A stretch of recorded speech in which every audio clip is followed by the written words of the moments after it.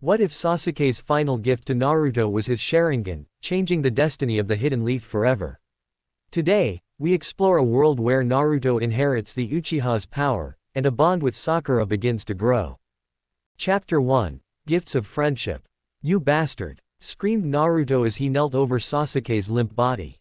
The figure in the mirror said nothing as Naruto swore his death and more. Ominous red chakra began to flow through Naruto's body.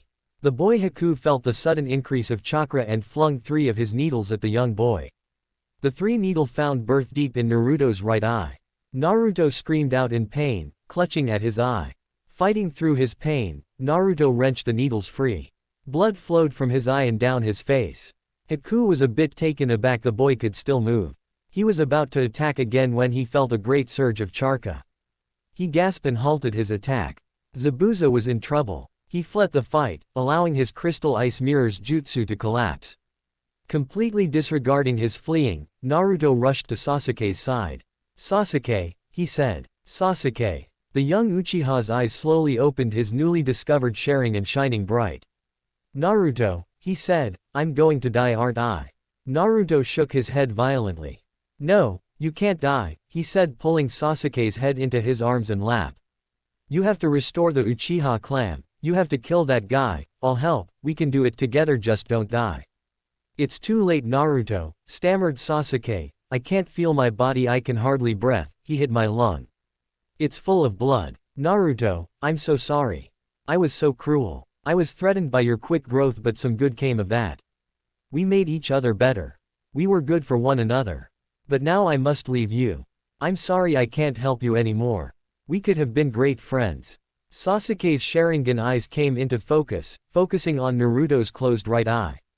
"He hit your eye." Naruto nodded. "I don't think I'm going to be able to use it ever again, Sasuke," he said. A small smile played on Sasuke's lips. "Maybe I can help you one last time," he said. "Here." He placed 2 fingers over his right Sharingan, the completed eye. Then with his left hand he made a C over Naruto's right eye, opening the wounded eye and touching the white his eye with his thumb and index finger. "Naruto, don't give up on your dream, become Hokage. Take my Sharingan, let my eye show you the path you must take. Naruto, we'll always be together. We'll always be friends." Transfer jutsu. Naruto heard himself scream as pain lanced through his eye again. It felt like he had the needle in it again, only this time they'd been heated cherry red. The pain was unbearable, and as soon as it began to lessen, Naruto collapsed next to his dead friend. The chakra pulsed in his hand, lightning blade. Named as such when he used it to cut a bolt of lightning in half. He glared at Zabuza, who was in the jaws of several of his ninja hounds. "I won't let you kill Tazuna, he's a good man with a good purpose," Kakashi said. "Your purpose, however, ends here." That said, he rushed at Zabuza, the Chidori sparkling in his hand. The flash caused by the attack hitting flesh blind his for a slight moment before quickly vanishing. His eyes widened as he saw his victim. It was not Zabuza but instead the boy Haku. Kakashi's eyes turned to where the boy had been. His 2 male students lay lifeless. He wrenched his hand free of the corpse and leapt away. Zabuza was about to attack again when he heard a small chuckle. Kakashi looked to his left as Zabuza looked to his right. There stood Gato. Surrounded by 50 men. "Well, this isn't going as planned," said Gato. "The idea was for you 2 to kill each other off. But you're both alive." Zabuza, "Sorry, but I can't have you on the payroll anymore, you're too expensive." Zabuza let out a small chuckle. "Well, Kakashi," he said, "our battle seems to be over. Now that I'm no longer in Gato's employment, we have no quarrel." "Guess you're right," said Kakashi. "However, the hounds of yours have rendered my arms completely useless," he said, "and I have to make Gato pay for betraying me. Mind if I borrow your kunai?" he asked as he torn his mask off with his teeth. "Sure," said Kakashi and tossed one of his kunai to the demon of the mist. Zabuza caught the knife in his mouth and took of racing after Gato, his limp arms trailing behind him. Gato let out a small gasp before turning and fleeing into the ranks of his men. Zabuza followed him, cutting his way through them until he reached the other end. There he drove the kunai into Gato's chest, yanked it out and slashed him across the throat. Gato's body flew off the bridge and into the sea. As soon as Gato's body hit the water, a countless number of blades sunk into Zabuza's back. Zabuza turned and stumbled out of the mob where he fell next to Haku. And died staring the boy he loved like a son, in the eyes. Kakashi turned to the mob and watched as they came to terms with what had just happened. He knew that as soon as they realized the just lost their meal tickle they would resort to more drastic measures, like raiding the village. They turned grumbling amongst themselves and started to advance on Kakashi. Just as they came close, an arrow sunk into the bridge. Kakashi turned and saw that the entire village had come to defend their home and leading the pack was Arani. Kakashi smiled under his mask. Naruto. You've done it. He turned and faced the mobsters with the villager at his back. Seeing that they were outnumbered, the thugs quickly turned and left. Letting out a sigh, Kakashi pulled his headband over his left eye. It was over. He didn't know how right he was. Sasuke. Naruto. Came Sakura's distraught voice echo in his ears. Kakashi turned and ran to his students. Sakura, he said, and she turned and latched onto the front of his vest. Kakashi checked Sasuke first. Needles covered his body, including some in his left lung. He checked for a pulse. The last of the Uchiha was dead. Then he turned to Naruto. He was covered in needles as well, but when he checked for a pulse, he found one. It was faint but defiantly there. It was then he noticed Naruto's right eye had blood coming from it. Fearing the worst, Kakashi slowing opened the boy's right eyelid. What he found caused his breath to catch in his throat. There, in the right eye of Naruto Uzumaki was a level 2 Sharingan. So that's that. I choose the right eye for 2 reasons. 1. Kakashi's Sharingan is in the left and I didn't want to copy it. 2. Because in the fight with Haku in the show and manga, that is the eye that is level 2, the left is only level 1. I know this chapter is short, I just want to get the backstory to why Naruto has Sharingan now. Please review. This is new ground as far as I know. I could be wrong. No ONW has tried this. If you hate it, tell me. If you love it, tell me. If you have any ideas for improvement, I'm all ears. Oh, and if anyone can come up with a suitable replacement for Sasuke, let me know because I'm racking my brain but still now dice. I thought maybe Sai, but he's way too advanced to be on a Genin team. Chapter 2, Broken. Thank you so much for all the fantastic feedback. It was the main reason I updated so quickly. There's something to remember for the future. The more reviews, the more I'm inspired and the quicker I update.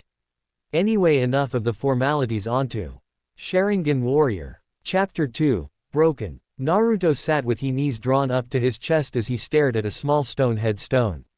He'd been here every day since the day he got back from the Land of Waves a month and a half ago. It was Sasuke's headstone. Here lies Sasuke Uchiha. Last of the Uchiha. A friend forever. He'd read the inscription thousands of times. With his left eye. His right had been wrapped in bandages since the moment he'd woke up. Sasuke had given him the Sharingan, but he had yet to see it.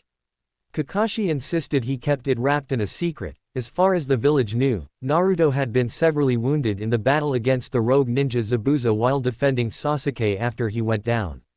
The only people who knew the real truth were Sakura and Kakashi, not even the third knew. This of course brought more grief to Naruto as many villagers saw the death of the last of the Uchiha his fault.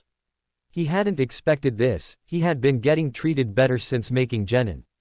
But now he was back to square one. Of course Iruka-sensei and Kakashi-sensei supported him as much they could, and Ayame and the old man at Ichiraku's helped a bit. Even old man Hokage visited him from time to time and even came to the headstone once and hugged him as he cried over his inability to protect a comrade. However, his biggest supporter surprisingly enough was Sakura. Yes, she had been upset and cried for a couple days. But she was nothing compared to Naruto. Naruto had been with Sasuke almost every day they were in the Land of Waves training together, and even though neither of them had really wanted it, the root for a strong friendship had been planted. However, just as it seemed like that tree had began to grow, that root was ripped out. Sakura visited Naruto every day. She'd spend hours searching the village until she found him. Sometimes he would be in his apartment, which she now had a key for despite his protest. Sometimes he'd been on top of the Hokage monument on the fort's head, but most commonly he was here, at Sasuke's grave. Before Sasuke's death, Sakura had never ever seen Naruto cry.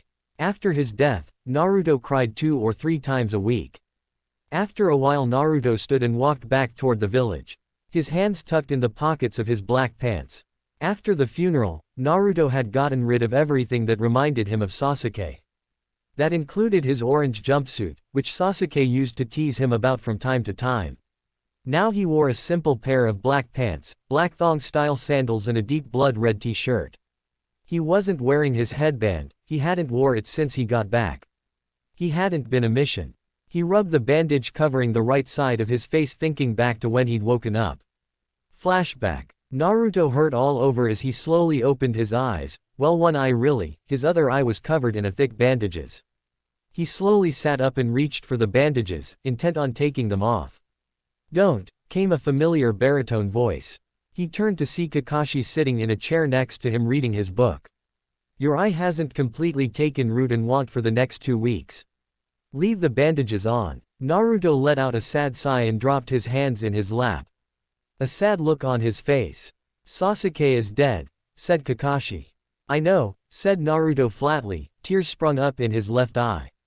"I couldn't save him, Kakashi-sensei, why couldn't I? I tried and tried. But everything I do I screw up. The graduation exam, your test that we only passed because of Sasuke, those stupid D ranks where I kept letting my pride get in the way and now, I've let Sasuke die." He sucked his knees to his chest, put his arms on his knees and cried.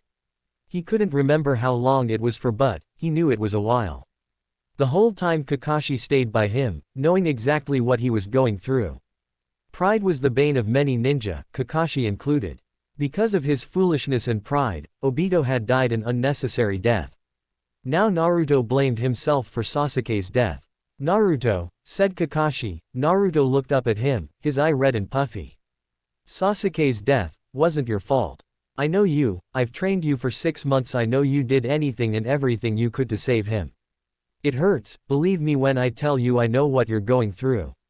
But crying about it won't bring him back. It's okay to feel sad about losing him, but crying won't help." Kakashi said all this looking at the far wall. Finally he turned to Naruto. "However, on the reverse side of things, don't bear this burden alone either. Sakura and you are going through the same thing. Talk to her, talk to me, talk to all your friends back at the village. Don't just endure the weight of a lost comrade alone, it'll weigh you down and you'll let it take over your entire life. Naruto, Sasuke has given a great gift, don't let it go waste by blaming yourself. It'll tear you up. We'll help each other," Kakashi finished with a small one-eye smile. Naruto's face fell back to look at his hands in his lap. The door opened, causing Naruto to look up and see the last person in the world he'd wanted to face, Sakura Haruno. He'd expected her to start yelling and screaming and insulting him and making him feel terrible. However, as soon as she saw the broken and defeated look in his eyes, she crumbled. "Oh Naruto," she whispered as she came to his bedside and knelt down on the floor and wrapped her arms around his neck. "You did your best, I know you did. I'm so sorry Sakura," Naruto choked out. "I'm so sorry." He cried into her shoulder as she gently stroked his back and whispered that it was going to be okay. Tears sprinkled at the edge of her eyes, but she forced them back. She'd cried over Sasuke's body for 3 hours, now she needed to be strong for Naruto. The 3 days Naruto had been out had given her a lot of time to think. She hadn't been in love with Sasuke, she'd been in love with the idea of loving Sasuke. But when you boiled it all down, it was just a childhood crush. Sasuke was her friend first and now he was gone. But she'd watched at a distance as Sasuke and Naruto got closer and closer each day, despite how much they'd resisted. The teamwork they'd shown in their efforts to free Kakashi from Zabuza's water prison jutsu was a beacon of that friendship. And now, just as they both were finding their first true friend, Sasuke had been killed and it broke Naruto. Sakura refused to be weak right now, there would be time for that later. Right now Naruto needed what little strength she had to offer. Naruto struggled to get his sobs under control with staggered ragged gasps. "Shish, shish, shish," Sakura soothed, trying to help him calm down. "It's all right Naruto," she rocked him side to side as if he were a 3-year-old. Naruto finally got himself under control and went slack in Sakura's arms. She pulled back a little to look straight into his eyes. There was pain there but also gratitude. She had been there for him, not yelled at him, when he needed her most. "Thank you Sakura," he rasped. She gave him a soft smile and hugged him one more time before standing up and leaving the room. Kakashi, who'd watched Sakura grieve over Sasuke's body for 3 days, let a small smile grace his features.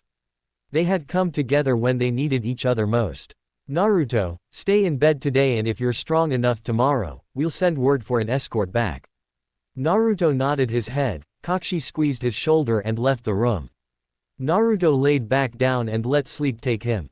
End flashback. When Naruto came out of his thoughts, he found himself on top on the Hokage monument. He pondered to himself just how long he'd been up here. The sun was going down now, but there was no telling how long he'd wandered aimlessly through the village until coming here. Deciding he'd stay a while and try to settle down, Naruto sat on the fort's head and drew his knees to his chest. Resting his chin on his knees, he gazed out across the village.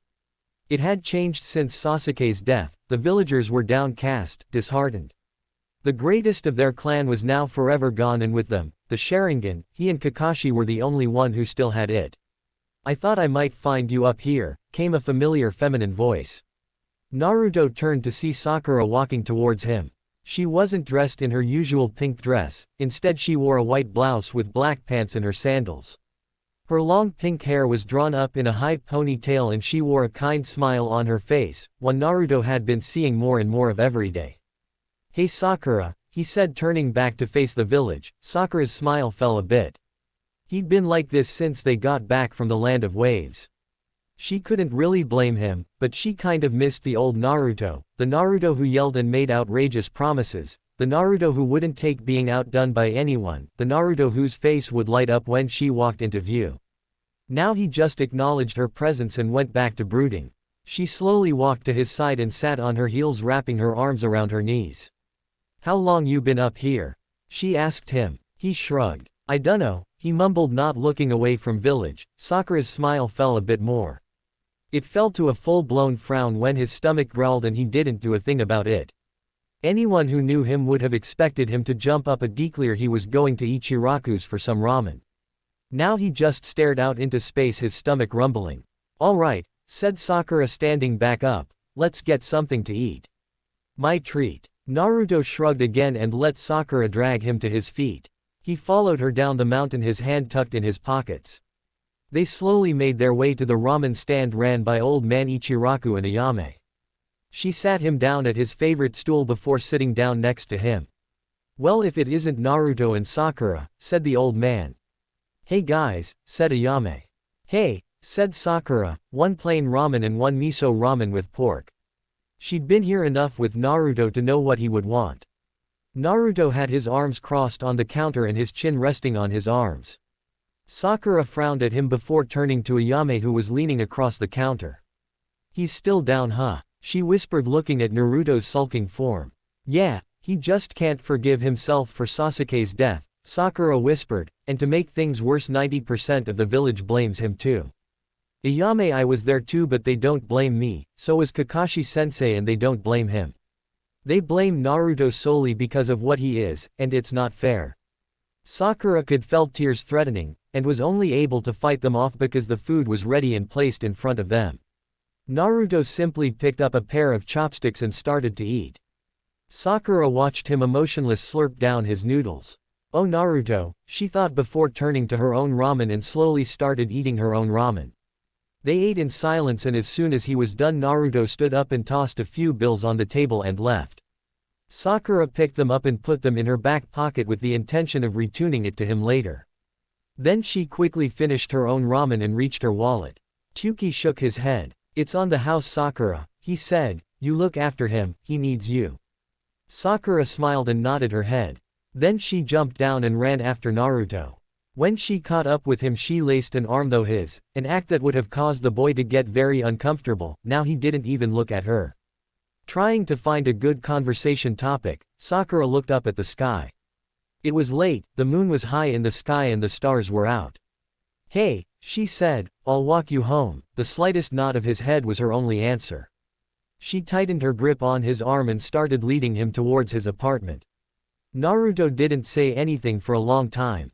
He was staring at the sky for a long time. She couldn't read his face. She used to be able to read him like a book. The new Naruto was so withdrawn and she didn't like it.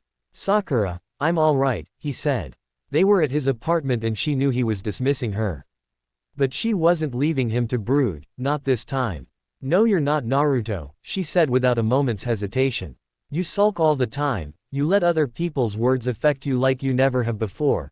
Naruto, you've given up on your Nindo. Never give up and always keep your word, no matter what, you've lost sight of that.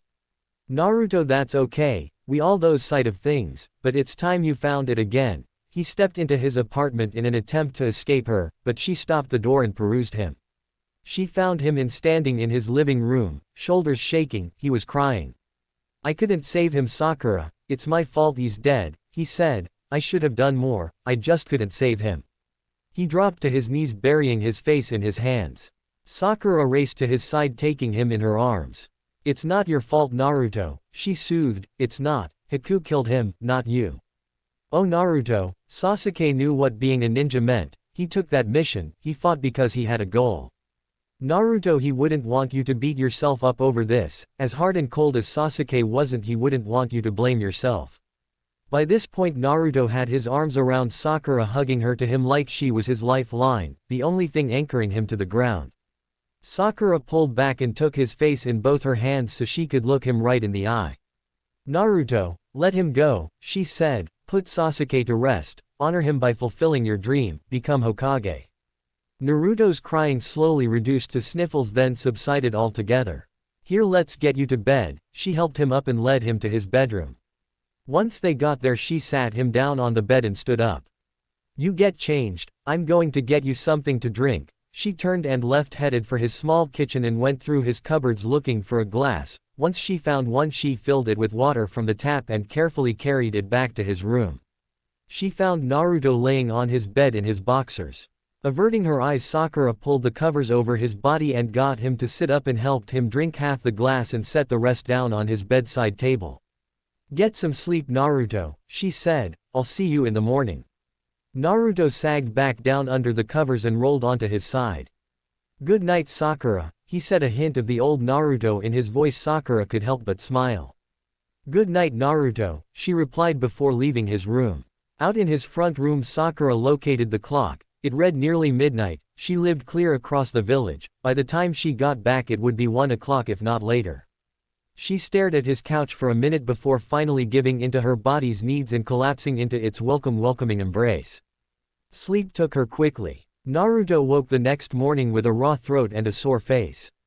He'd cried a lot last night and knew that without Sakura's help things could have gone very wrong.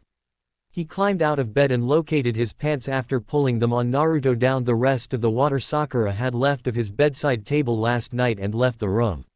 He walked into the front room to find Sakura asleep on his couch. He smiled a small smile as he remembered her words from the night before. She'd saved him in ways she would never realize. He turned to look at the clock to find that it was 11 in the morning, time for her to get up. Cautiously he knelt down and shook her shoulder. Sakura, it's time to get up, he said softly, trying not to startle her. After a few more shakes, her beautiful green eyes fluttered open. She stared at him for a minute before flushing and averting her gaze.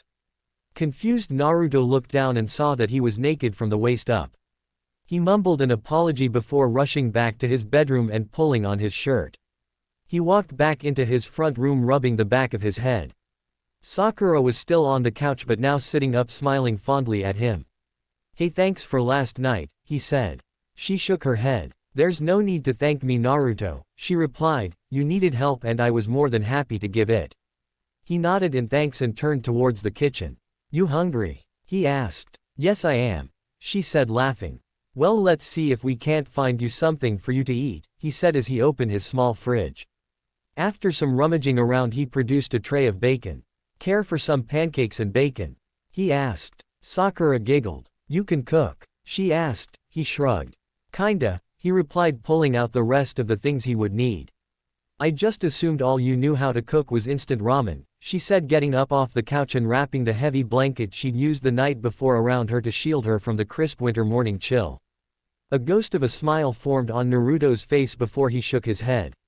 No, he replied, I dabble at regular cooking too, I'm still not very good though. He began to mix the batter as he turned on the stove to cook the bacon. Sakura moved up beside him and took the bowl of batter away from him. Here, let me help, she said, and began mixing as Naruto placed 4 strips of the bacon in the pan. They worked in comfortable silence for a while before Sakura finally broke it with an unexpected question.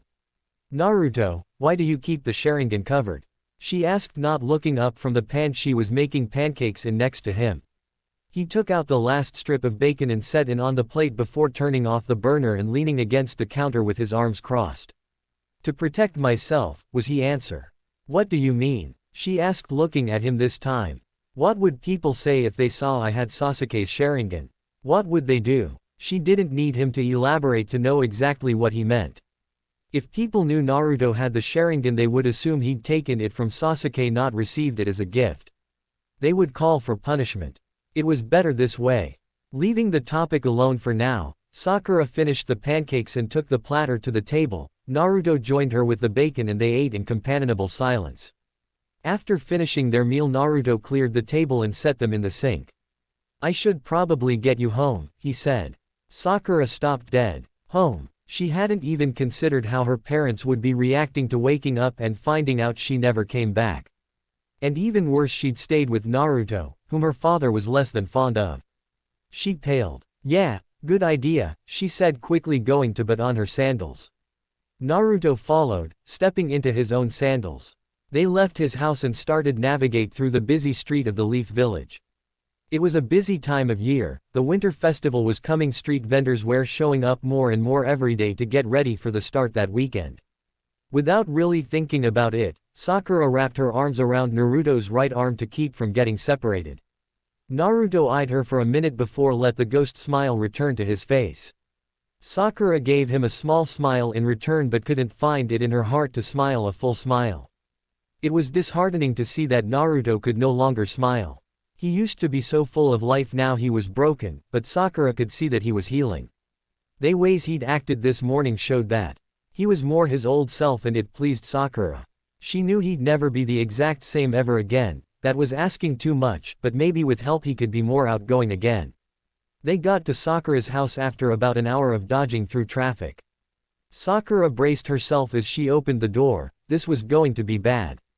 Her fears were instantly confirmed when she saw her father standing in the doorway, arms crossed over his chest, anger in his eyes. There you are, he seethed. Hi daddy, she squeaked. What in the world do you are doing staying out all night? He asked. It was then that he realized for the first time just who she was with. You, he yelled, advancing on Naruto. Acting instinctively, Naruto pulled Sakura behind him. In doing so, he lost his opportunity to defend himself. The blow caught him square on the jaw. He stumbled backwards down the steps of Sakura's house, nearly knocking Sakura over in the process. He regained his balance and stood in front of Sakura, looking at her father. Though their eyes met, there was no challenge in Naruto's eye. No defiance. Nothing, just an empty pool of cold ice.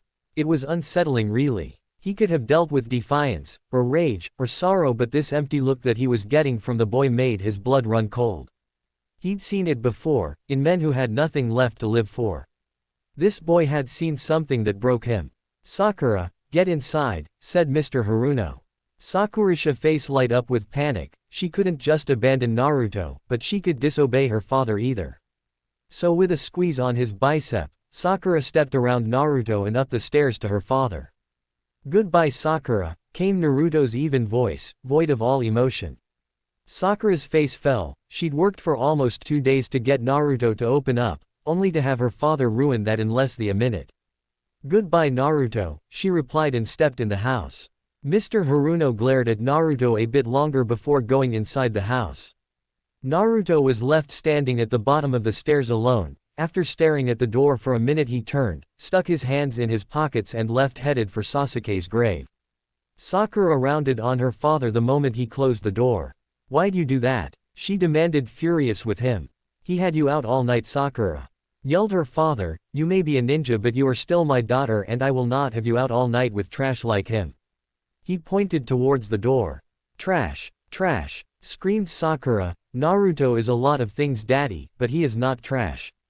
He is the most caring, self-sacrificing, dependable person I know.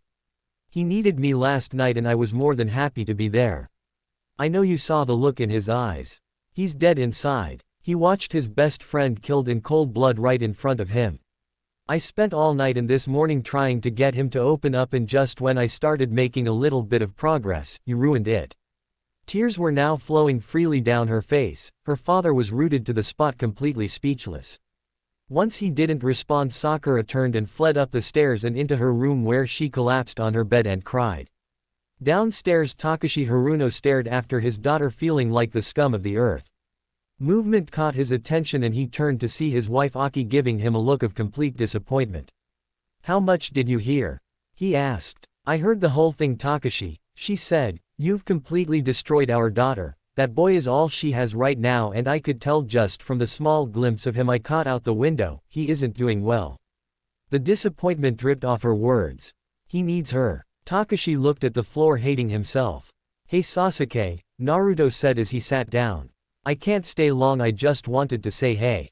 "Back again, Naruto," came a male's voice. Naruto turned to see Kakashi standing behind him. "Oh hey Kakashi-sensei," said Naruto, turning back to Sasuke. "Naruto, stand up," Kakashi's voice told him he better do it. So Naruto dragged himself to his feet, ready to get yelled at again. His jaw still ached where Sakura's father had hit him. "What is it, Kakashi-sensei?" he asked, not really caring. Kahashi's answer caught him off guard. "Naruto, it's time I taught you to use Sharingan." Chapter 3, Healing. Again, I thank you all for all your amazing feedback, and I know last chapter was pretty heavy. I tried to make this one a bit lighter, we'll see though. So without further ado, here is Sharingan Warrior. Chapter 3, Healing. Damn it, he thought to himself as he raced through the trees. I am so late, they're gonna kill me. He sped up, trying to reach his destination on time. That was until he missed a step and went crashing down to the forest floor. Nursing a sore shoulder, he dragged himself to his feet and started to dejectedly walk, no longer caring he was going to be late anyway. He finally reached where he was going, a small clearing with a black stone on the eastern edge. He took in his surroundings. There were two people in the clearing, a girl who looked close to his age, with a great figure and the most amazing pink hair he'd ever seen. She wore a hot pink t-shirt and a black silk pants. On her feet were shinobi sandals and her headband was tied onto the top of her head, to hold her hair back. The second person was a boy, about his age, maybe a year older. He had long shaggy and spiky blonde hair. He wore a blood-red t-shirt and black pant. Flat thong-style sandals were on his feet. On his head was a blue headband and the right side of his face was covered in heavy bandages. The girl turned to him, her face angry. "Late again, Kaka," she cut herself off. "Hey, you're not Kakashi-sensei." "Who are you? Is this Team 7? He asked, a bit shy. "Yes," the girl replied. "Why do you ask?" He hesitated, however, before he could give his reason, a voice behind him cut him off. "So, you must be Haru." Haru turned to see a tall man with silver hair and his headband over one eye standing behind him with his hand tucked into his pockets. "Haru?" the girl asked. "Yes, Sakura, Naruto, this is Haru Murray," said the silver-haired man. The blonde looked at him with suspicion. "He's the newest member of Team 7. The blonde's face contorted, but he stayed silent. The pinkett, however, did not. "But Kakashi-sensei, I'm not sure if that's—" She cut herself off again, glanced nervously, and the blonde. Haru glanced at him again and saw the boy had his face down, his blonde hair masking his eyes. Haru didn't have to be a mind reader to see that the boy was against this idea. He just hoped he would blame him. It wasn't his choice. He'd been placed on this team because on his last team he was fighting more and more with a teammate and it had already jeopardized several of their missions. So to end the bickering, the squad had been broken up and Haru had been assigned to this team. He knew some of the history behind the infamous Team 7. Sasuke Uchiha had once been a member of this team, but he died in the Land of Waves on a mission that had escalated far beyond the abilities of any genin. He had been fighting the enemy on his own while the Uzumaki boy stood by and watched. It was because of the blonde-haired boy that the last of the Uchiha was dead. Balling his fists, Haru glared at the boy, but try as he might, he couldn't get the young man to raise his gaze. "All right," said Kakashi, "let's get on with today's training. It'll be relatively short. Combat training, you'll fight each other for 3 hours, do not hold back. If you do, you will get injured because your opponent won't." Haru stared at the man. They were expected to fight each other. He glanced at his new teammates. Neither of them seemed fazed in the least. However, since Haru is new, I'm adding a second rule. For 1 hour, 2 of you will pair up and attack the other. This will also help work on cooperative fighting and teamwork. First will be Haru and Sakura against Naruto. Naruto, the blonde finally looked up. Don't use it, that's the only restriction. You're not ready, all other jutsu is allowed though. Naruto nodded. Got it, Kakashi-sensei, he said. Haru noticed Sakura almost seemed to breathe a sigh of relief. Okay then, on the whistle, said Kakashi. Sakura walked over to stand next to Haru and the Naruto stood across from them. What are his weaknesses? Asked Haru. Sakura stared at Naruto for a second before turning to reply. Genjutsu, she said. Well, there went that plan. Haru didn't know any genjutsu. He would just have to figure something out. A shrill whistle sounded across the clearing. Naruto leapt straight for them, a kunai in hand. Haru noticed he was coming right for him. He froze. He was hardly any good at close combat. He closed his eye waiting for the cold bite of steel. That was until a ringing met his ears. He opened his eyes and saw Sakura standing in front of him blocking Naruto's kunai with her own. To look over his shoulder at him. Don't just stand there, help me, she said. Haru nodded and drew his own kunai. Naruto leapt away from them and threw his knife, which Sakura deflected easily. Naruto nodded about 15 feet away and stated, flashing through hand signs. Fire style. Fireball jutsu. He yelled at, brought his hand to his mouth. He placed 2 fingers on the corner of his lips and exhaled. A massive ball of flame launched at them. Sakura and Haru leapt out of the way in opposite directions. Then Naruto crossed his fingers. Shadow clone jutsu. 19 clones phased into existence. Then they charged. Kakashi sat in a nearby tree watching the 3 genin fight. He could help but smile. In the 2 months Naruto had been training to use Sharingan, he had come a rather long ways. Even though he was more withdrawn and quieter since Sasuke's death, there were some things about Naruto that Kakashi believed would never change. Like his unbelievable work ethic. Kakashi had had to physically force Naruto to stop training 3 times, or risk total chakra depletion. It was true that Naruto had a substantial amount more chakra than Kakashi, but the hours Naruto put into his training would put a normal person in a near-coma state. About a month into the training, Kakashi stumbled across another change in Naruto. When Sasuke had given Naruto Sharingan, he'd also inadvertently transferred his own prowess with fire jutsu to Naruto. Naruto could now use fire jutsu so powerful it rivaled Sasuke's, hell it even Kakashi's. Kakashi watched as Naruto attacked with his shadow clones. Like he said, some things never change. Like Naruto's ability to create a ridiculous amount of shadow clones. The 3 had battled for 45 minutes now, and so far, Sakura and Haru had been able to fight Naruto to a standstill. Though Naruto had improved in leaps and bounds, Sakura had improved quite a bit too. She said that her total inability to do anything against Zabuza and Haku had opened her eyes, and she had committed herself to training, even joining Naruto and Kakashi at times when they were training with Sharingan. The buzzer went off. Alright, switch, yelled Kakashi. Naruto and Haru versus Sakura. The transition was flawless. Naruto and Sakura just leapt into the air and switched places. They resumed battling. Sakura struggled a bit more than Naruto did. But that was to be expected. Naruto was the strongest genin on their team. Haru, on the other hand, well. Flashback. You wanted to see me, Lord Hokage? Asked Kakashi, stepping through the door to the Hokage's office. Ah yes, Kakashi, said the Hokage, I have news for you. What is it? Asked Kakashi, curious. I've found a replacement for Sasuke on your team, he replied. Kakashi had been afraid of this. Lord Hokage, I don't, started Kakashi, but the village leader cut him off. You don't think Naruto is ready, he said. Kakashi, we need Team 7 up to full strength again. We need you to start taking missions again. Here, this is a dossier on your new student. Kakashi took the papers from the Hokage and began to flip through them. You can see why I put him on your team. Yes, this boy, said Kakashi, is terrible. Only 5 successfully completed missions, all D rank, he has almost no fighting skill, his scores were worse than Naruto's. Exactly, said the Hokage, he's quite behind, and since you have 2 of the most advanced genin of their generation, I was hoping they could rub off on him. Kakashi saw his reasoning but still wasn't sure it was a good idea. Lord Hokage, Naruto won't like this, he doesn't want to replace Sasuke. said Kakashi. I'm afraid he would just push Haru away. But the Hokage was having none of it. Kakashi, I've made my decision, he said. Kakashi bowed. Yes, Lord Hokage, he replied and turned. We'll have a training exercise tomorrow. Please have him meet us at training field 7. The Hokage nodded. End flashback. Kakashi had been right. Naruto wasn't working with Haru at all. He was fighting Sakura on his own. Haru was being left behind. Naruto threw 3 more kunai at Sakura as he flipped over a branch and launched himself at Sakura. Haru stood on the ground watching, not believing what he was seeing. Naruto was good, really good. Naruto dropped to the ground in a crouch, his left knee bent, his right leg straightened out to the side. He looked over his shoulder. You plan on helping anytime soon? He asked Haru. Haru hesitated. Naruto scoffed and raced at Sakura.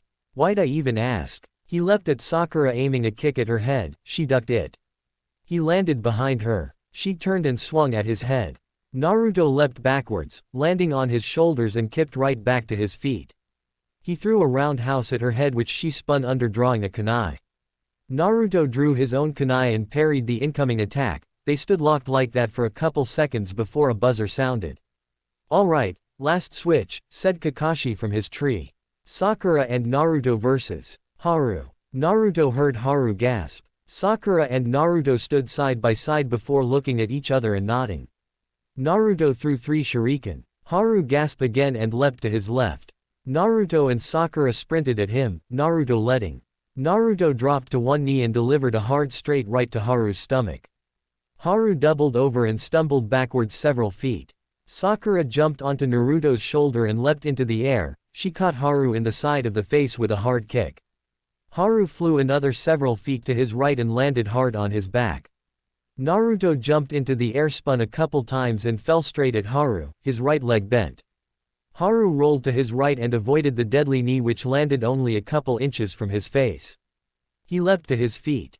Sakura ran at Naruto, who was still in his crouch. Placing a hand on each of his shoulders, she cartwheeled over him and caught Haru with each of her feet.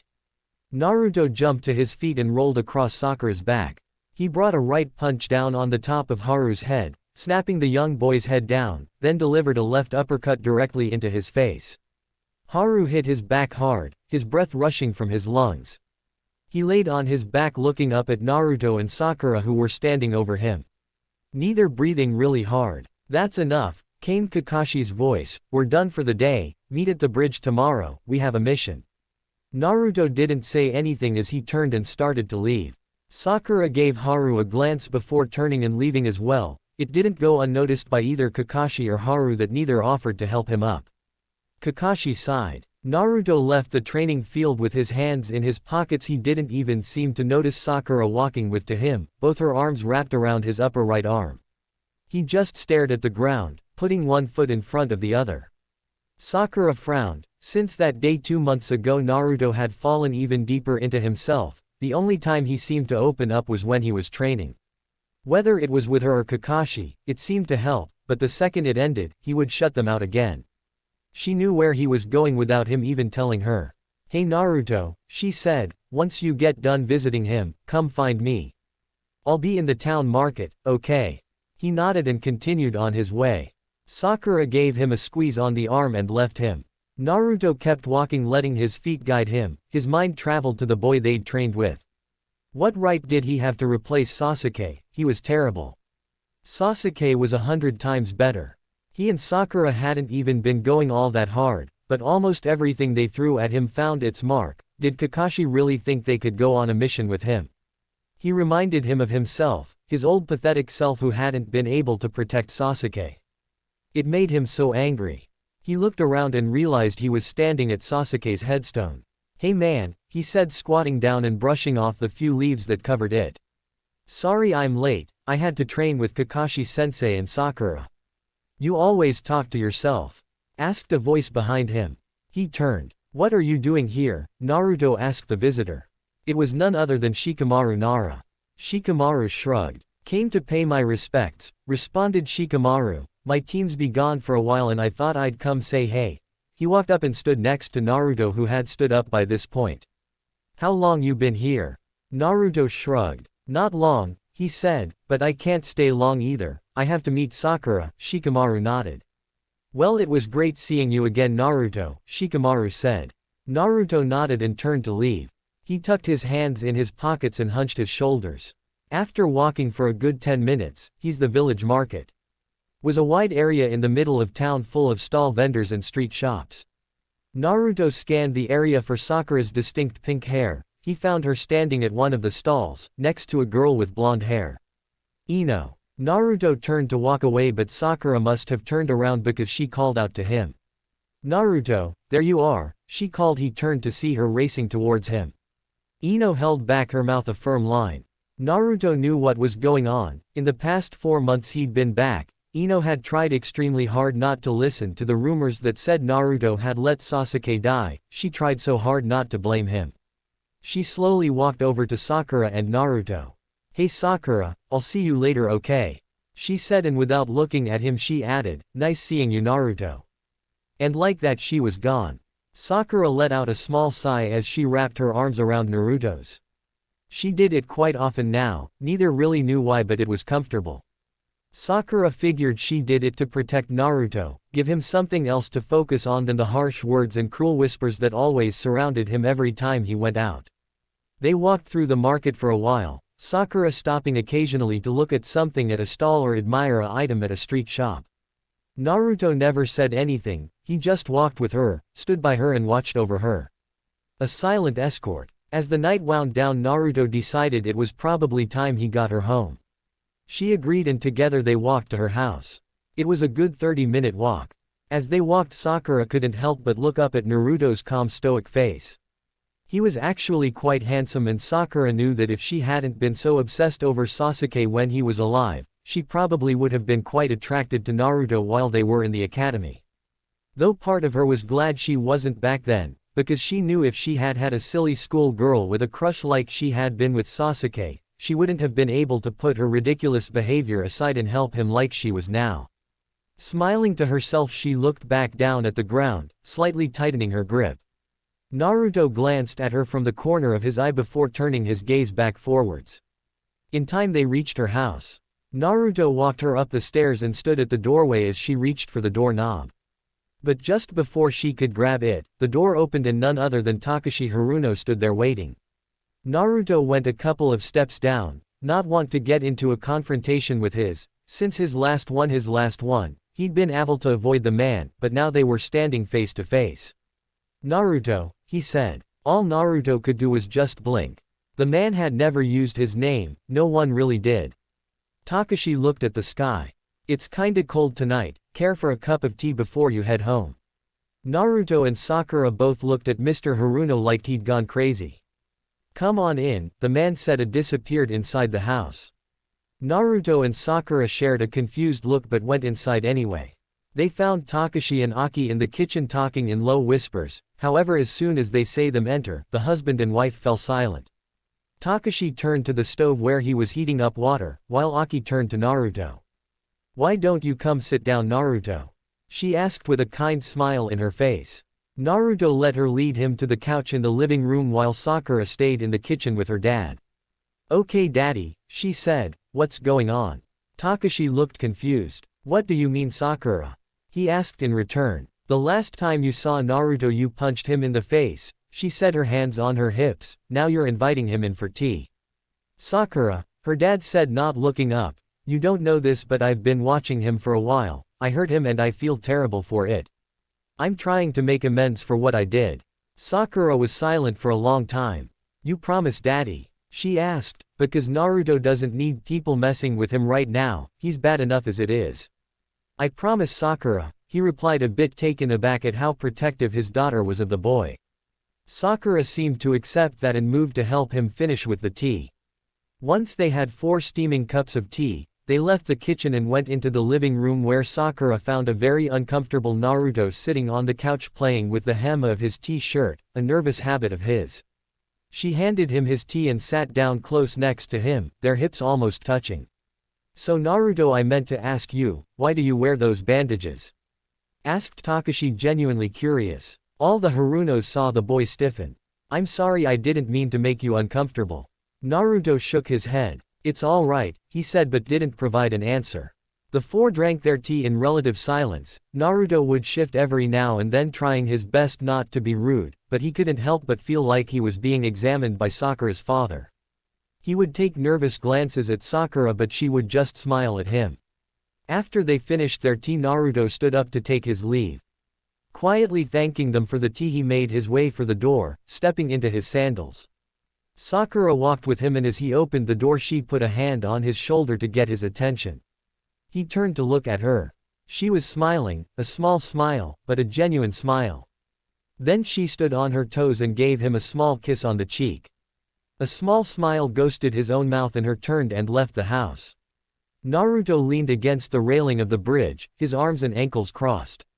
Sakura was next to him, sitting on the railing looking at the water.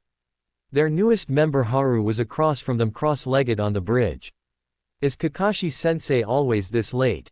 he asked. "Yeah, pretty much," said Sakura, not looking from the water.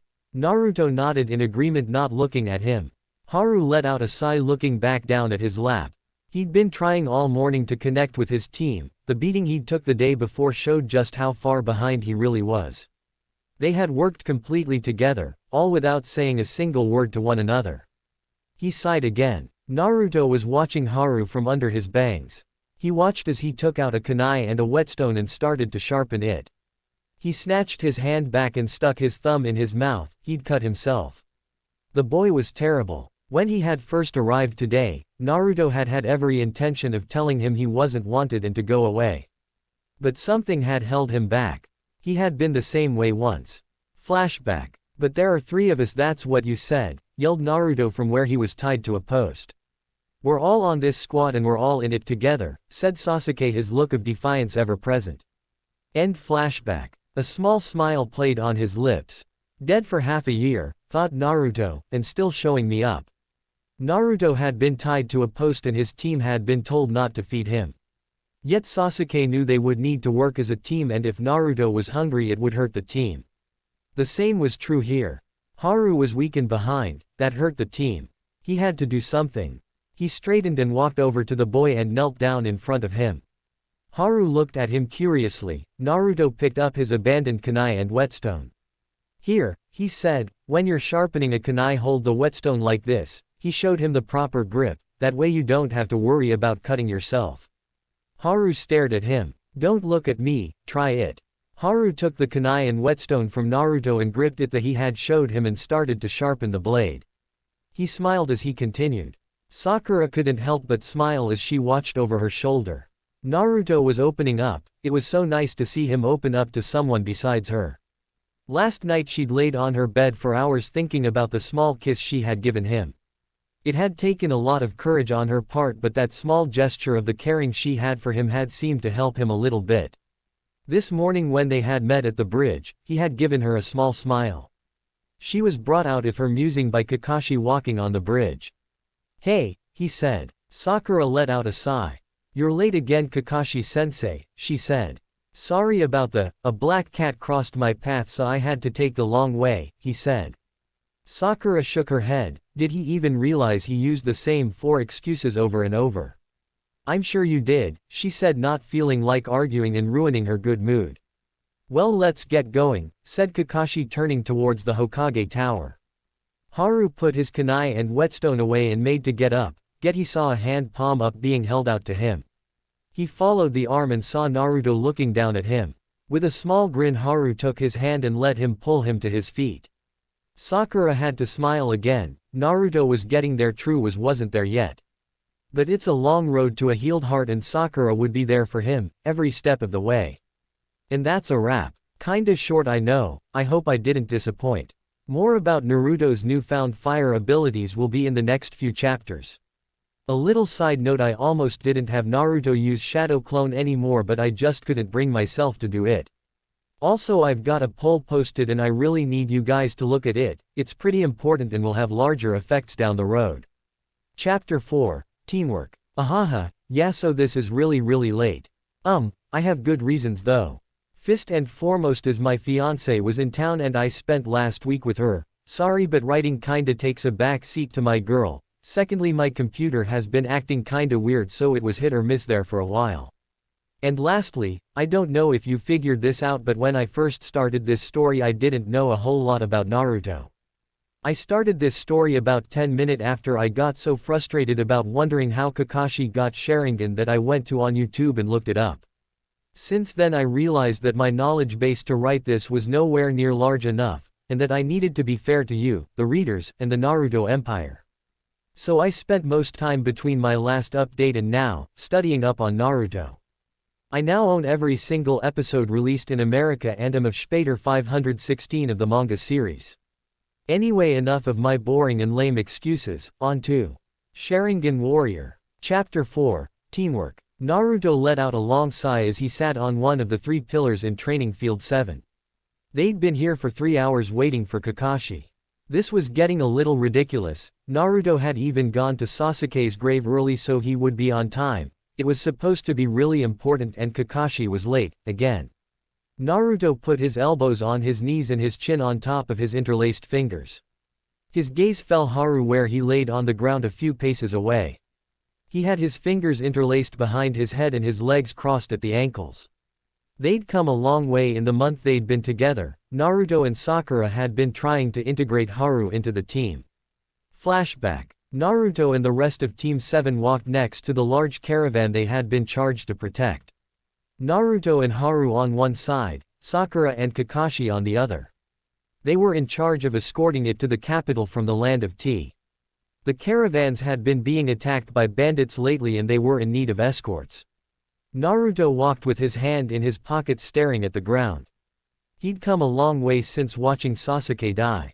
He was able to interact with his team, he even smiled from time to time now.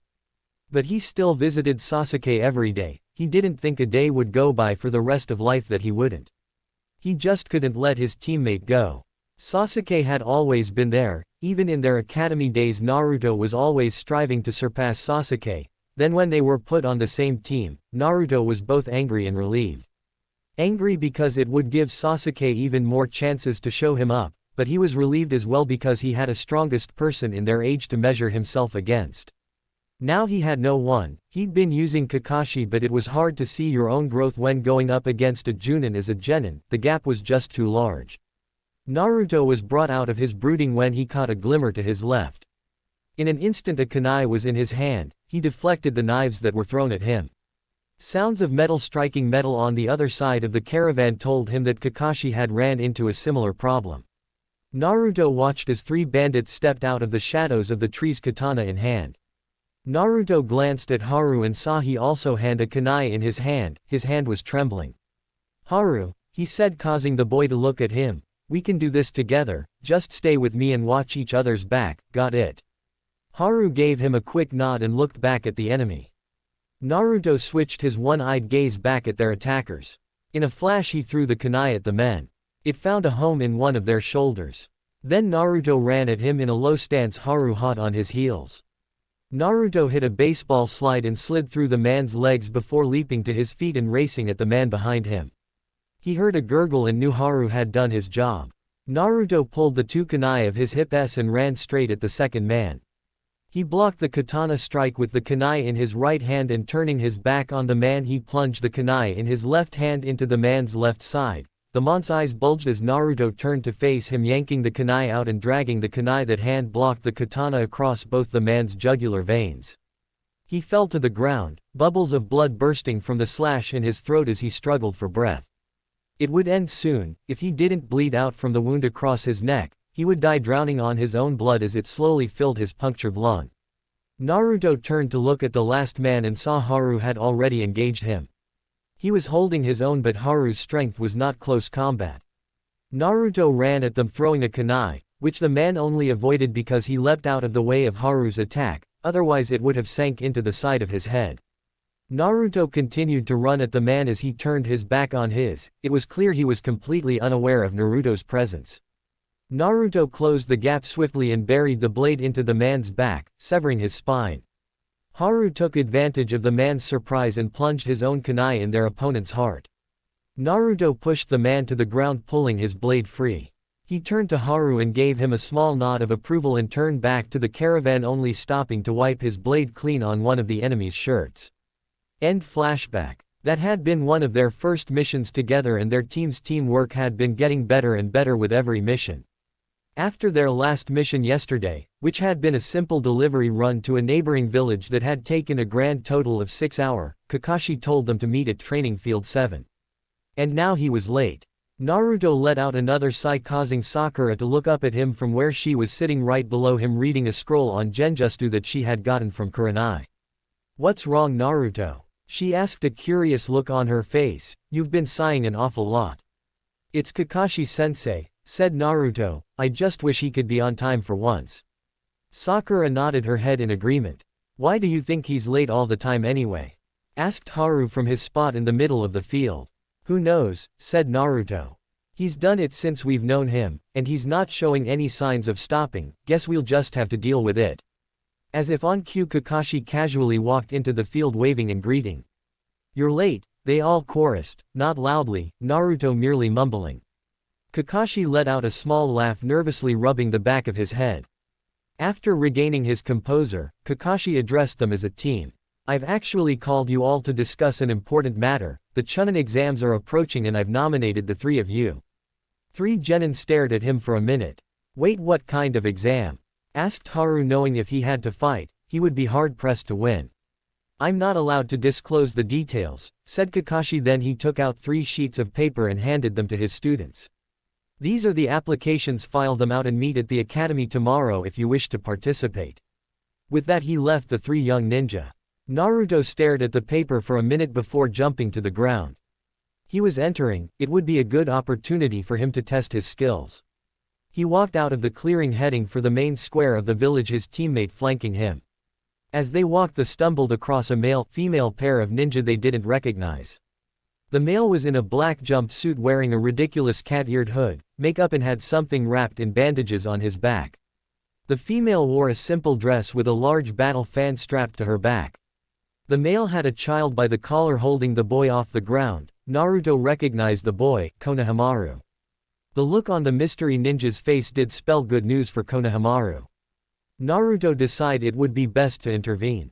"Put him down," he said, not drawing his hands out of his pockets. "What?" said the ninja. "You got a problem too, punk."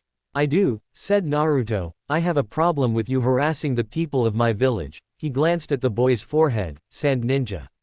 You are clearly here to take part in the up-and-coming Chunin exams. It would be a shame if I had to have you expelled from the village for disturbing the peace." "Kankuro," said dark voice from somewhere to Naruto's right. "Put him down, you're embarrassing yourself and our village." A young man stood in the underside of a tree branch, his arms crossed and a large gourd on his back. The boy in black seemed to get scared suddenly and dropped Konohamaru. "Sure, Gaara," he stuttered. The boy Gaara turned to Naruto. "I apologize for his behavior," he said in a monotone voice. Naruto shook his head. "It's all right, no harm was done." Having said that, Naruto, Sakura, Haru and Konohamaru all left the sand ninja to themselves.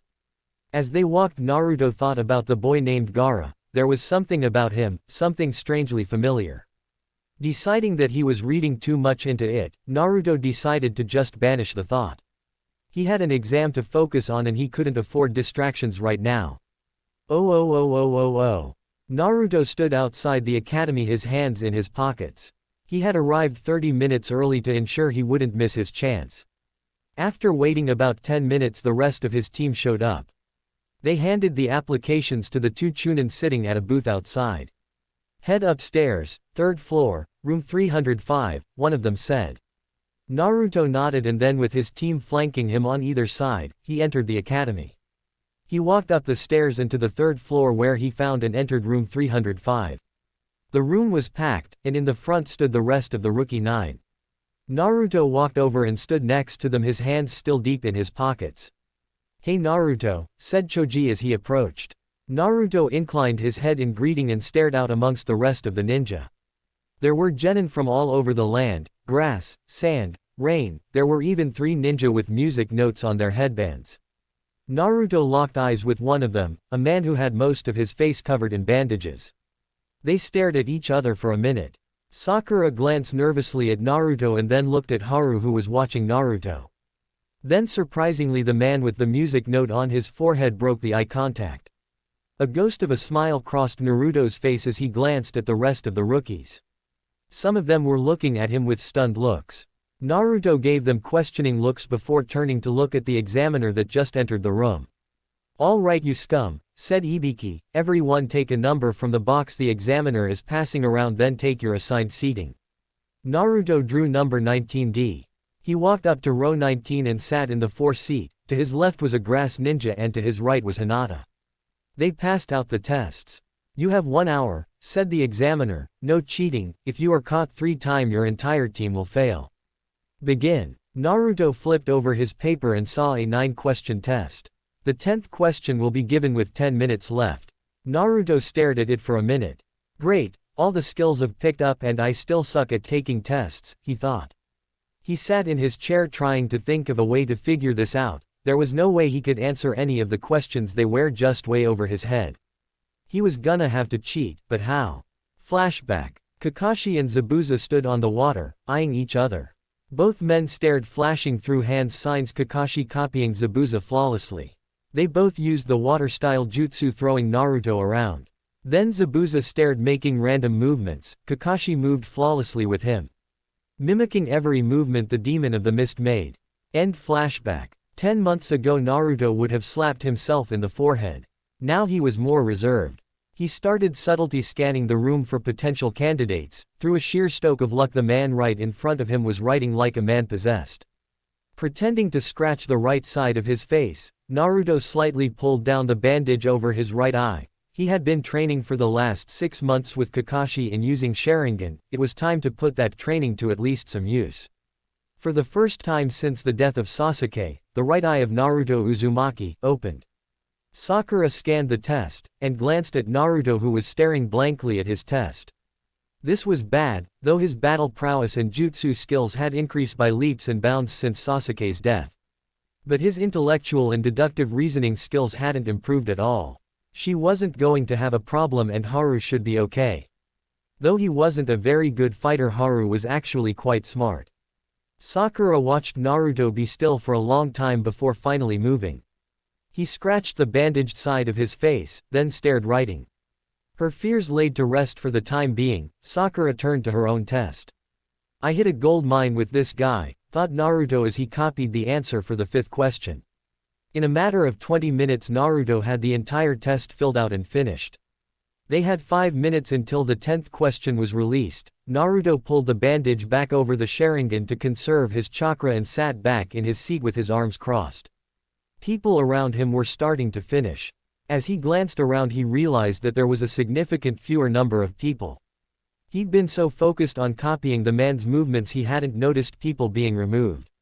"All right, listen up," said the proctor. "It's time for the 10th question." Naruto looked up at the proctor trying to read him. He hadn't been able to for the entire exam. It was starting to wear on his nerves. But before we reveal the 10th question there are a few rules. Rule number 1, each of you will have the choice whether or not to take the final question. There was a collective gasp from the students. However, should you choose not to take it you will get a 0 on the test and automatically fail, and in extension, your entire team will. Rule 2, if you do decide to take the final question and do not answer correctly, you will be barred from taking the Chunin exams ever again. Gasp wasn't the correct word this time. It was more like a scream of terror. Naruto watched as student after student raised their hands, backing out. Naruto glanced at Haru, who was shaking, nervous as hell. Naruto closed his eye. "Go ahead, Haru," he thought. "Raise your hand." Haru's hand twitched but he kept his arm down. "All right then, here we go." The proctor glanced over the class one more time. "All right then, if that's everyone I only have one thing left to say." He paused as he glanced around. Naruto's right hand twitched, ready to pull the bandage from his eye.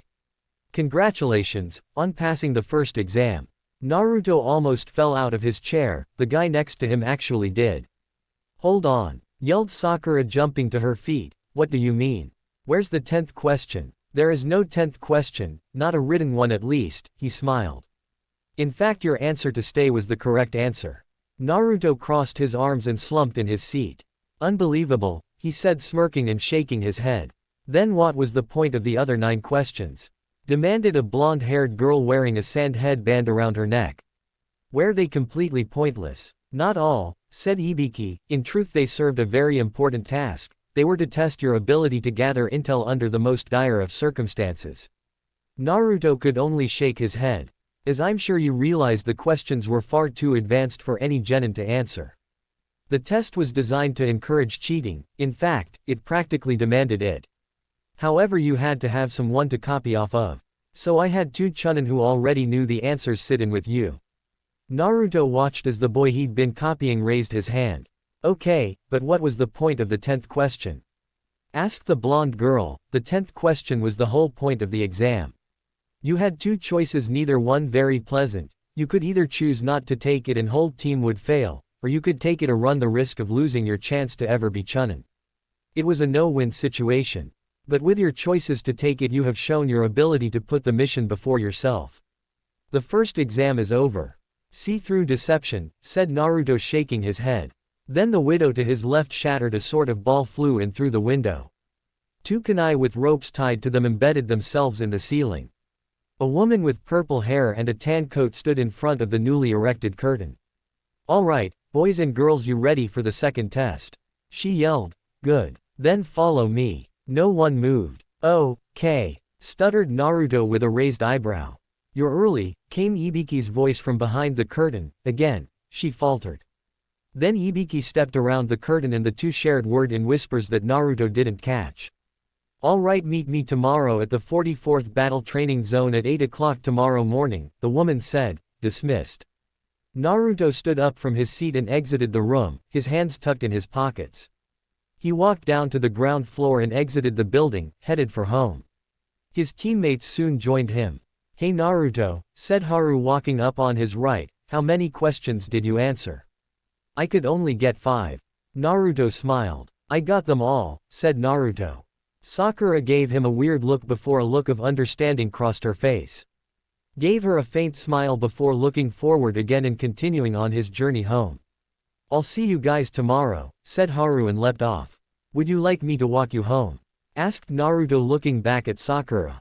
Sakura shook her head. Actually, I'd visit with you for a while, she said. My parents are out of the village on business and won't be returning for a week. Naruto nodded his head and turned toward his house. They reached his house in short time and soon found themselves sitting on his couch. Though he'd intended to stay up and talk with Sakura for a while, Naruto found himself growing very drowsy very quickly. In a matter of minute, his head was cradled in Sakura's lap and he was fast asleep. The next morning Naruto woke on his couch, a petite form curled against him. He lifted himself up a bit and looked around. His clock read 6 o'clock. They had an hour and a half to get the 44th battle training ground. He gently shook Sakura awake and watched as her beautiful green eyes fluttered open. Sakura, we gotta get up, he said. She stretched her whole body against him. He felt his face heat up slightly. After she got off the couch, Naruto sat up and put his face in his hands, rubbing it vigorously, trying to wake up. Then he stood up and followed her out of the house. They ran to the training ground and made it with a half-hour to spare. Haru was already there waiting for them. About time you two decide to show up, he said, giving them a smirk. Yeah, sorry about that, said Sakura, rubbing the back of her head. Kinda overslept. Haru gave them a knowing look before turning to face the forest. So this is where we're taking the next exam, he said, looking up at the looming trees. Should be pretty interesting. Naruto followed his gaze into the trees. They looked ominous and he couldn't help but agree. It did look like it was going to be interesting. Movement to his right caught his attention and he turned to see Shikamaru and his team approaching them, followed by the other 3 rookies. Soon the rookie 9 were standing together in a small mob and at their head stood Naruto. They were outcasts here, having only been genin for a short time. Even most of the Leaf genin looked on them with partial disgust. The only ones who weren't were 3 in the far back. 2 boys and a girl. Team Guy, led by the child prodigy Neji Hyuga. Naruto turned to face his own team and the rest of the 9, forming a small circle. So looks like we're all still in it, said Kiba, glancing around. Yup, said Choji, smiling. What do you suppose the next task will be? Asked Hinata's shy voice. None of the others got a chance to answer because at that very moment the second exam proctor showed up. All right, you maggots, she yelled, it's time for the second exam to begin. Each team will receive either a heaven scroll or an earth scroll. The objective is to enter the training ground, and make your way to the tower located in the middle. However, before you can enter the tower you must first obtain both scrolls. You have 5 days. Naruto's eyebrow raised a bit. Before we can proceed, each team must enter the both, confirm you are allowed to partake in the exam and receive your scroll. Naruto turned to his team and indicated for them to follow. Then as a team they walked into the both. Names, said the Chunin sitting behind the table. Sakura Haruno, said Sakura. The Chunin scanned the list and found her name, he checked her off. Haru Muri, said Haru. The Chunin checked his name off. Naruto Uzumaki, said Naruto. The Chunin did a double take eyeing Naruto up, then he checked his name off. Naruto picked up the heaven scroll that was set in front of him and drew his number out of the box. They drew gate 13. They exited the booth and walked away from the rest of the candidates. Once at their gate, the three started to discuss strategy. Naruto, said Sakura, who should lead the team. Naruto was quiet for a bit. You should, Sakura, you are the smartest one out of the group, said Naruto. Haru, no offense but you've got a bit of a confidence problem and me well. I already let one teammate die, I won't let you die because of me.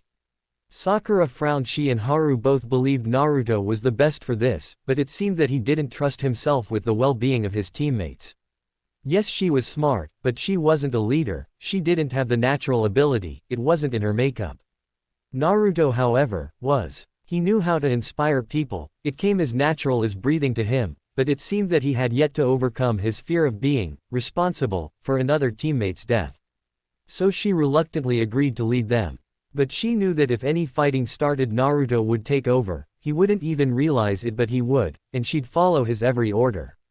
Naruto nodded at her and turned around to face the gate. She stared at his back, his hand tucked in his pockets, but he still stood as straight up as ever. The pride he had in himself hadn't changed. For a second she remembered Sasuke and the way he carried himself. They had been more alike than they knew, but Sakura had always been looking at them from the outside, so it was easy for her to see. She was sure Kakashi saw it too. All right, get ready, said the Chunin at the gate. Naruto stepped up to the gate, Sakura and Haru stepped up to flank him. 5, 4, 3, 2, 1, the Chunin counted down, go. The gate swung open and the three raced in. Naruto took the lead and leapt into the trees, the others hot on his heels. They raced through the trees for an hour before coming to a stop in a small clearing. Alright, how are we gonna go about finding a earth scroll? Asked Haru. We can't split up, but we'll lose time if we just wander around aimlessly, said Sakura, so for now we continue to head for the tower. Naruto and Haru nodded and leapt off to follow their leader. However, they hadn't gone 300 yards when Naruto put on a burst of speed and tackled Sakura out of the sky. A kunai flew overhead and Haru caught a branch and flipped up on top of it, drawing his own kunai. Naruto landed with Sakura in his arms, holding her bridal style. Thanks Naruto, she said as he put her down. He nodded and looked into the direction the kunai had come from. 3 ninja from the grass village stood in a tree 60 feet away, squaring off against Haru. Haru leapt into the air and threw his blade. The 3 scattered. Naruto and Sakura used the distraction to leap back into the fight. Naruto slipped of his pack and flipped it open. He pulled out a crescent-bladed-like object and threw it to Haru, who caught it and landed on a nearby branch, blocking a shuriken with the blade. Then he spun the blade once, 3 identical blades sprang forth. Haru was holding the weapon of Sasuke Uchiha, the Demon Wind Shuriken. The attacking ninja all threw multiple shuriken and kunai at Haru, who started spinning the shuriken. The incoming blades were deflected. Then Haru threw the spin blade at the 3 ninja. They all leapt out the way. Haru leapt in pursuit of one. Sakura stopped the ninja pursuing Haru with a head kick to the head. Naruto jumped after the 3rd. Haru landed in front of the ninja he'd pursued, another kunai in his hand. The grass ninja drew his sword and attacked Haru. Haru sidestepped the attack, plunged the kunai through his hand, pinning him to the tree. Then Haru stuck his hand out and caught the demon wind on its return path. Continuing its rotation, he passed the blades through his neck, severing his head from his shoulders. Sakura landed in a crouch and launched herself at the grass ninja. She punched him in the face and followed up with a knee to his stomach. Then she drew a kunai and he drew his sword. She attacked him with a stab which he dodged and trapped her arm between his body and his arm. He tried to cut off her head but she dropped down and grabbed his leg. She pulled it out from under him. He lost his balance, and fell from the tree. Sakura dove after him, her blade held in a reverse grip. They both crashed to the ground, her blade pierced his chest and heart. Naruto and his opponent face each other, neither moving, neither breathing. The grass ninja twitched. Naruto started his hand signs. Fire style, fireball jutsu. He breathed the huge flame at the grass ninja who dropped of the tree branch and fell to the ground. Naruto dropped down after him, drawing his two kunai off his hips, holding them in reverse grips. They landed on the ground and the grass ninja ran at Naruto. He delivered an overhead slash intent on cleaving Naruto in two. Naruto blocked the blade with his kunai. Then he shoved the ninja away and took up the ground. He delivered stabs through each of the man's biceps, then plunged the blades into his thighs. The man screamed in pain. Naruto ripped one blade out and drove for the man's chin. The enemy ninja caught Naruto's wrist and tried to hold off his attack. Naruto put the palm of his other hand on the end of the kunai and pushed up. The two struggled against one another, but the man's wounded arms quickly gave out. Naruto drove the kunai through the man's bottom jaw and into the roof of his mouth, and then the blade pierced his brain. The man suffered the most unbearable pain known to possible, then he died. Naruto wrenched the blade free and kicked the corpse over. He turned to look at his other teammates. They were both fine.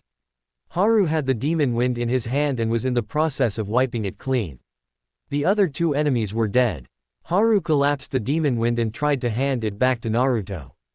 Naruto shook his head. "Keep it," he said, "you seem to have a natural talent for it. I can't think of a better person to carry Sasuke's shuriken." Haru and Sakura shared a look of amazement. Naruto was parting with something of Sasuke's. Not many people knew it, but Naruto had the headband he'd gotten from Iruka in a drawer at home. Since his death, Naruto had been wearing Sasuke's headband, as a tribute to his dead friend. Now he was giving Haru the demon wind, the weapon Sasuke had used to fight the rogue ninja, Zabuza. "Come on," he said, "let's search them for the scroll."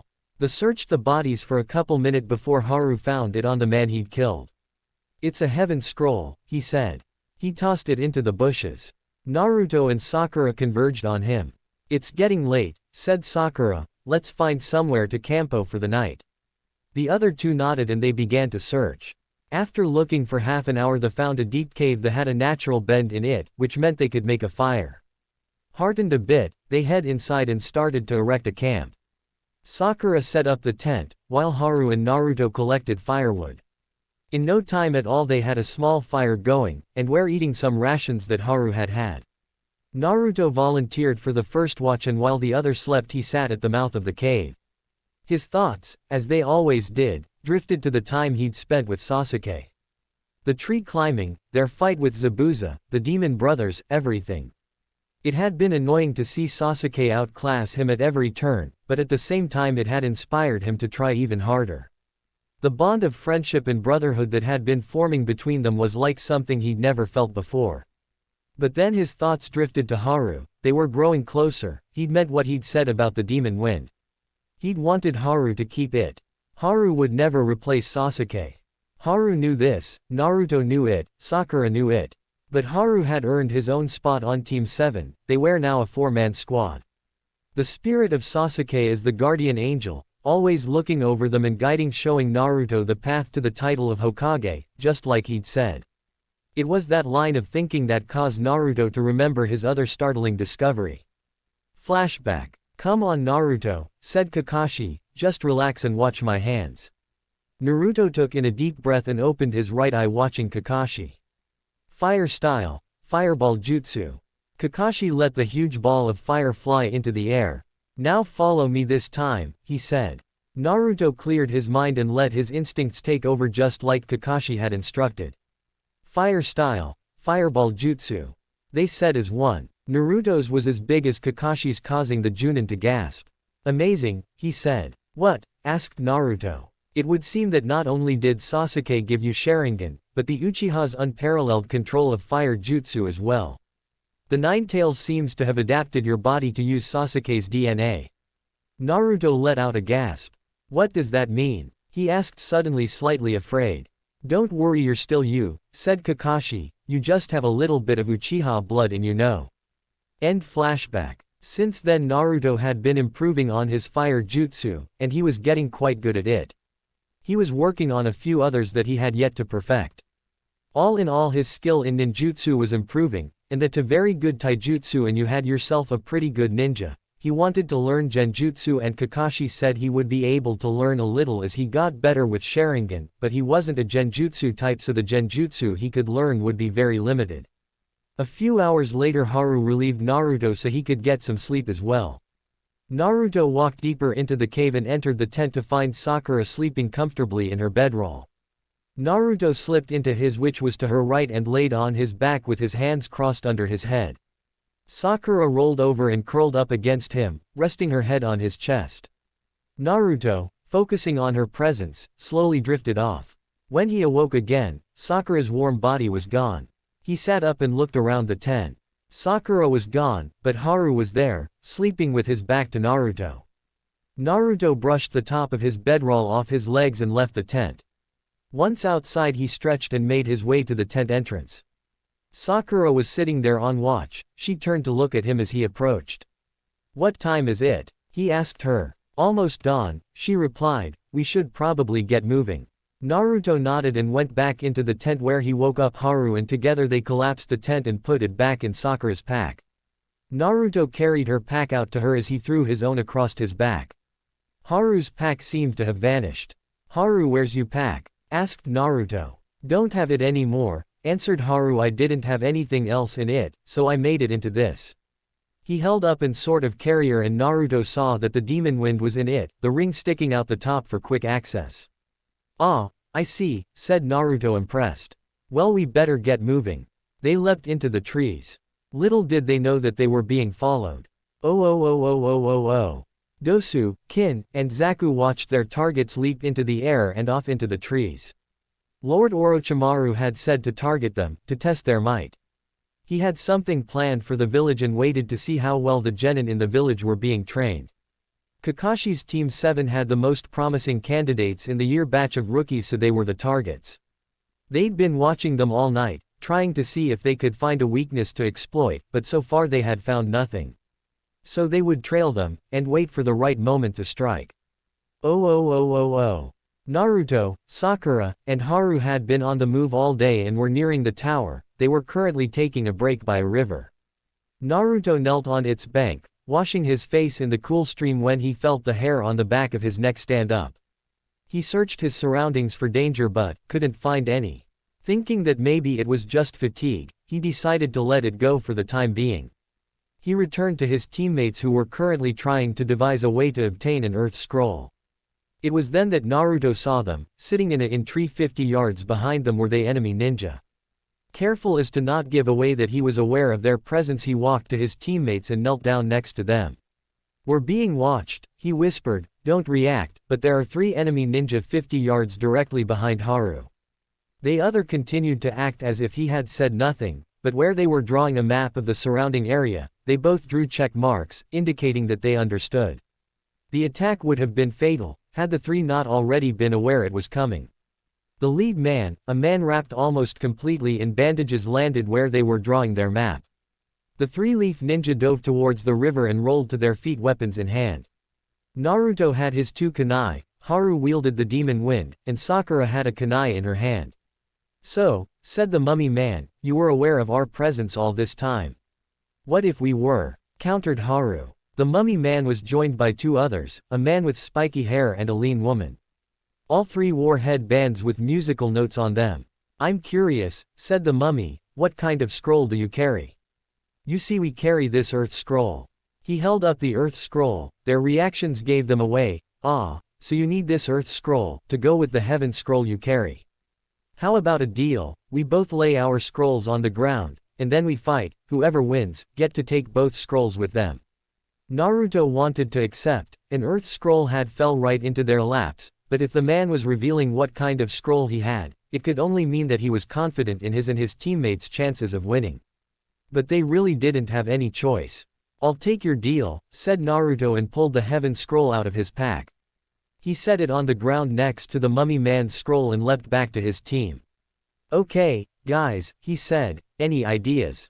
"Yeah, I've got one, said Sakura, but I'm going to need time, 2 or 3 minutes at least. In the world of a ninja, 2 minutes was a lifetime, 3, an eternity.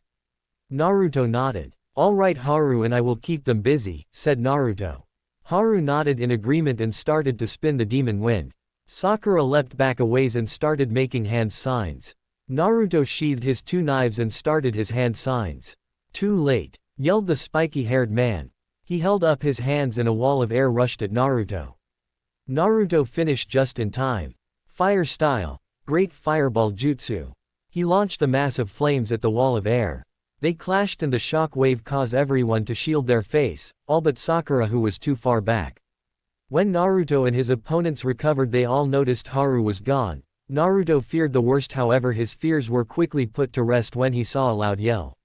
He looked up and saw Haru spin his body over using his own momentum to put even more force into the throw, just as Sasuke had while fighting Zabuza.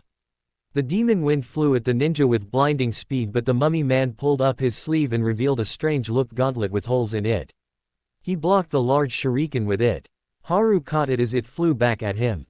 He hit the ground and collapsed it, blocking the strike the mummy had aimed at him. They stood still, eye each other down when Haru gasped and fell to one knee, blood running out of his left ear. Naruto was on the moving, drawing his 2 kunai. He kicked the mummy man in the face, sending him flying backward, and then deflected 2 throwing needles that the girl had thrown. Haru was on his feet and running the spiky-haired guy, only to have a wall of air hit him in the face. Naruto turned to help him, but was cut off by the girl. The mummy soon got to his feet and was running towards him. Come on Sakura, he thought. It was in that moment that the 2 attacking Naruto stopped altogether. The spiky-haired guy was still blasting Haru with a massive wall of air, pinning him to the ground. Naruto dodged around the girl, who now had her hands around her own throat, and ran up behind the guy. He slid under his arms and drove both kunai into his arms, at the elbows. He screamed in pain. Haru kicked him in the face. He crashed to the ground, unconscious. Naruto turned to look at Sakura, who was on her hands and knees breathing very hard. So, that's what she was doing, he thought, genjutsu. He looked back at the mummy man and the girl was on the ground, she'd strangled herself to unconsciousness. The mummy man was on his knees gasping for air. He must have been able to hold out long enough for Sakura's jutsu to wear off. You are indeed powerful, and we underestimated you, said the mummy man. The earth scroll is yours, please let us go. Naruto picked up the 2 scrolls and turned towards his fallen foes. Be gone, he said. Thank you, until we meet again. He stood up and carried of both off his teammates. Naruto quickly joined Haru at Sakura's side. Sakura, that was amazing, he said. I'm still trying to get the hang of it, she said. It take a lot of my chakra and I can't hold it for long. It's okay, said Naruto, you held it long enough for what we needed. Look. He held out the 2 scrolls. We've got both scrolls, let's rest here tonight and head for the tower in the morning. No one disagreed. Oh. Naruto, Sakura and Haru gazed up at the tower as they walked inside. It wasn't as large as Naruto had expected it was a decent size. They stepped into the room labeled 13 and closed the door behind them. It had taken most of the day to reach the tower, so there were still 3 nights and 2 days until the test ended. They would be here for a while. They started searching the room, when Sakura found a large poster on the wall. After reading it, she turned to her 2 teammates. I think we have to open the scrolls now, she said. The other 2 looked at her curiously for a second before following her orders. Haru and Naruto each took a scroll and opened it. They started to smoke, so the 2 threw them away, drawing their weapons. When the smoke cleared, Uruka-sensei stood in front of them. Congratulations on passing the 2nd exam, he said. Uruka-sensei? Asked Naruto. That's right, said his old sensei. Why are you here? Asked Sakura. Well, I'm here to explain the exam, he said. And what it means to be Chunin. You see, a Chunin is a leader. The exam demanded teamwork and it was up to the leader to get their team to work together as a cohesive unit. Secondly, it pitted you against the other. The team had to decide who to approach each obstacle. One through teamwork could this exam be completed. After his explanation of the exam, Uruka asked them about the challenges they had faced in the forest before finally wishing them good luck on the next exam. The next 2 days passed slowly, but it gave them time to replenish what chakra they had used in the forest. After the time limit was up, the door in the back of the room opened. This led into a hallway where the rest of the qualifying team were. They all followed the hall into a huge room. On an elevated platform stood each sensei of the remaining teams, the second exam proctor, and the third Hokage. "All right, each team line up in single file," said the exam proctor. After lining up, the Hokage spoke.